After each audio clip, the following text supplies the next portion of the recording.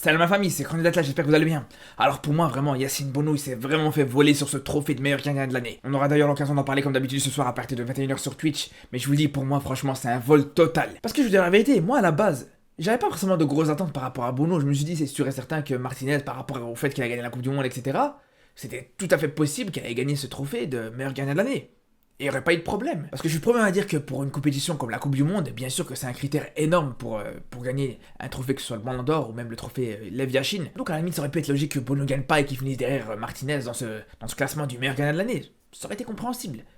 Mais moi, ce qui me dérange surtout, et ce qui m'a vraiment mis à la puce à l'oreille, c'est quand j'ai vu que tout simplement, c'est que quand on voit ce classement des 30 meilleurs joueurs de l'année, on se rend compte que Bono est classé devant Martinez, mais surtout, c'est le gardien le mieux classé dans les 30 meilleurs joueurs pour le Ballon d'Or. Donc au bout d'un moment, il faut m'expliquer comment tu peux être classé aussi haut pour ce Ballon d'Or, comment tu peux être le gardien numéro 1 dans le top 30 des meilleurs joueurs au monde, mais d'un autre côté, quand on voit que c'est pour le trophée du meilleur gardien, là on se rend compte, là c'est plus Bono.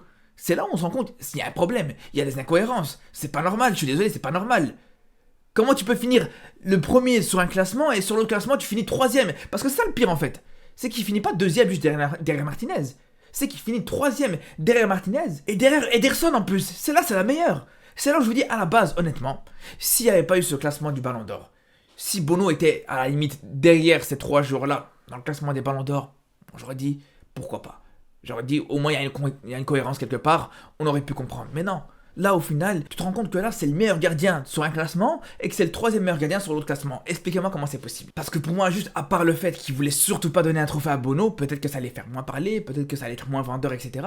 Je vois aucune autre explication. Et c'est pour ça, je vous dis, j'insiste là-dessus. Mais si Martinez, il avait été plus haut que Bono dans ce classement-là, et que juste derrière, dans le trophée du meilleur gardien, dans le trophée Lev Yashin, là aussi, il aurait été plus haut que Bono, j'aurais rien dit. C'est vrai que j'aurais été frustré un petit peu, parce que je me serais dit que peut-être que Bono aurait mérité aussi, mais moi, je suis le premier à saluer la Coupe du Monde de Martinez, il n'y a aucun souci là-dessus. Ok, il fait une très mauvaise saison avec Aston Villa, il a été claqué avec Aston Villa, mais ça n'empêche pas que pour la Coupe du Monde qu'il fait, respect à lui. Là, je vous dis, il n'y a rien à dire là-dessus. Parce que quand même, il gagne 2 séances de tir au but, dont une séance de tir au but en finale. En plus de ça, il te fait peut-être l'un des arrêts iconiques de cette Coupe du Monde dans cette finale-là. Donc bien sûr, je vous dis, à la base, ça m'aurait pas choqué qu'il finisse devant Bono au trophée Lev Yashin, et qu'il finisse devant Bono dans le top 30 du Ballon d'Or, tout comme il a fini devant Bono justement dans le meilleur gardien de la Coupe du Monde, tout simplement. Parce que je suis juste cohérent avec moi-même. À partir du moment où ce que je dis que pour Messi, qui gagne sa Coupe du Monde, qui fait une très belle Coupe du Monde et qu'au final, il arrive au bout de cette Coupe du Monde-là et qu'il soulève le trophée, et que j'ai dit que même s'il n'a pas fait une grosse saison en club,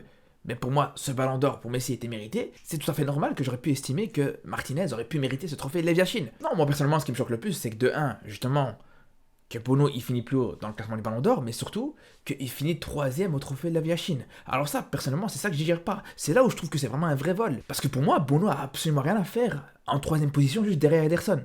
Mais loin de là. Parce qu'au bout d'un moment, moi ce que je comprends pas, c'est que pour Martinez, on se base sur la Coupe du Monde. Et voilà, c'est grâce à ça justement qu'il a pu gagner ce trophée par rapport à sa Coupe du Monde. Donc il n'y a pas de problème là-dessus. Donc pourquoi quand c'est pour Martinez, on se base sur la Coupe du Monde, mais quand c'est pour Ederson, on va se baser sur sa saison en club? Là, il y a un problème. Je suis désolé, mais là, il y a vraiment un problème. Parce que si on s'était basé sur la Coupe du Monde des 3 joueurs, ben on sait qu'on aurait eu Martinez en premier, et peut-être Bono en deuxième.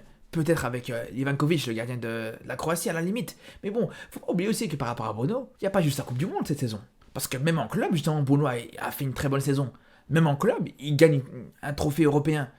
Il gagne une Europa League. Donc au bout d'un moment, on parle d'un gardien qui finit en demi-finale de Coupe du Monde avec peut-être l'une des meilleures épopées de la Coupe du Monde sur ces 20 dernières années. Et d'un autre côté, voilà, il gagne aussi un trophée en club, il gagne un trophée européen. Donc pour moi, c'est là où je vous dis que je comprends pas comment c'est possible que Bono finisse derrière Ederson. Mais bon, après, on n'est pas à une incohérence près dans ce Ballon d'Or. Je vous le dis, moi personnellement, je trouve que ce trophée il est complètement fini. Je trouve que ce trophée n'a plus aucun intérêt. Et ça va être encore plus le cas maintenant que Messi et Ronaldo n'auront plus l'occasion de l'avoir. Parce que regardez là aujourd'hui, il y avait absolument aucun suspense. Il y avait absolument aucun suspense, ça fait 2 semaines qu'on sait que c'est Messi qui va gagner ce Ballon d'Or. Carrément, j'ai déjà fait même mon débrief, entre guillemets, du Ballon d'Or de Messi il y a 2 jours d'ici. Je savais que ça allait être lui, vu qu'il y a eu plusieurs sources, plusieurs infos qui confirmaient que Messi allait être officiellement Ballon d'Or. C'est quand même dingue ça au final. Et le pire, c'est que tu vois dans ces cérémonies, ça essaie de te faire croire qu'il y a encore un suspense. Et je l'entendais Drogba plusieurs fois, qui était là pour présenter justement le Ballon d'Or. À chaque fois, il disait, oh, le suspense est insoutenable. Mais quel suspense, s'il te plaît? Il y a absolument aucun suspense. Tout le monde sait que c'est Messi qui va le gagner. On avait eu le classement justement 2-3 heures auparavant par le community manager du Liechtenstein pour vous dire. Et c'est pas une blague, c'est vraiment réel. Pour ceux qui n'ont pas vu, sur Twitter, on a tous vu le classement officiel du Ballon d'Or de 1 jusqu'à 30. Et il n'y a eu aucune erreur, ça a été vraiment ce qui s'est confirmé par la suite. Et puis même, de toute façon, à partir du moment où on sait que chaque joueur qui va être récompensé dans cette cérémonie, que ce soit par un trophée ou l'autre, il en est informé avant, ben c'est clair que même si toi t'es pas au courant, si même toi tu sais pas c'est quoi le résultat, ben il suffit juste de voir justement les joueurs qui sont là et les joueurs qui sont pas là. Parce que moi, quand j'ai vu que Bono était pas là, je me suis dit c'est mal parti. Quand j'ai vu que Bono était pas présent et que Martinez était présent, là directement j'ai compris que c'est bon, c'était mort, que Martinez allait gagner ce trophée du meilleur gardien et c'est tout. Et pareil pour vous dire à quel point encore une fois cette cérémonie elle a été pitoyable. Toute la soirée ça t'a filmé justement ce ballon d'or sur un bateau de police. Ouais regardez, on est en train d'assurer la sécurité du ballon d'or. Assurer la sécurité de quoi? Franchement c'est même plus ridicule qu'autre chose. Quand même faut se dire que la veille d'ici, dans ce même pays, t'as un bus d'une équipe professionnelle qui s'est fait caillasser par des supporters que t'as pas été capable de sécuriser, et là vous êtes en train de vouloir péter parce que vous avez réussi à sécuriser deux bouts de métal. C'est là où je vous dis, cette cérémonie elle a niqué une tête. Ce ballon d'or elle a plus aucun intérêt. De toute façon, à partir du moment où on garde ces critères-là, à partir du moment où on comprendra pas que quand tu vas mettre en place des vrais critères pour le ballon d'or, quand tu vas pas mettre un système de points pour qui va monter et qui va descendre par rapport au ballon d'or, pour les gardiens par exemple, à chaque fois qu'ils font un arrêt, ils gagnent un certain nombre de points, si le match est important, ils gagnent encore plus de points, bref. Voilà, j'en ai déjà parlé de ça. Mais c'est là où je vous dis, personnellement, je trouve que le Ballon d'Or, il a plus aucun intérêt. Et j'ai pas attendu de voir que justement Bono allait pas gagner ce trophée Yashin pour vous dire ça.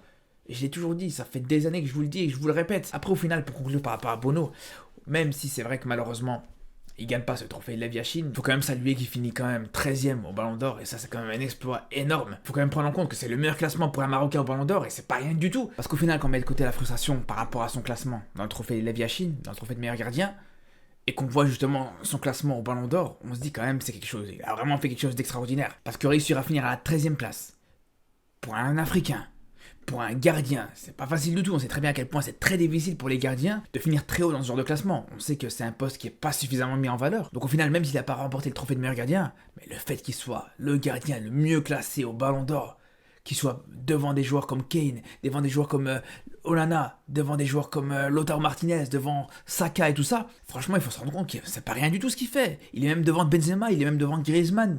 Il est vraiment devant des joueurs de classe internationale. En plus, il finit dans les 30 meilleurs africains, donc honnêtement, c'est pas rien du tout. Surtout pour un gardien, encore une fois. Quand on voit, regardez-moi ce classement, quand on voit ces 30 joueurs-là, il y a seulement 3 gardiens parmi ces 30 joueurs.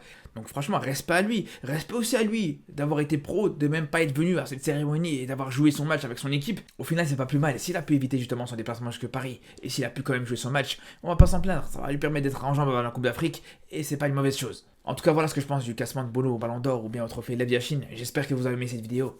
On se retrouve très très vite justement pour parler du football africain, du football marocain et du football européen. Donc je vous dis à très vite et surtout d'ici là, prenez soin de vous.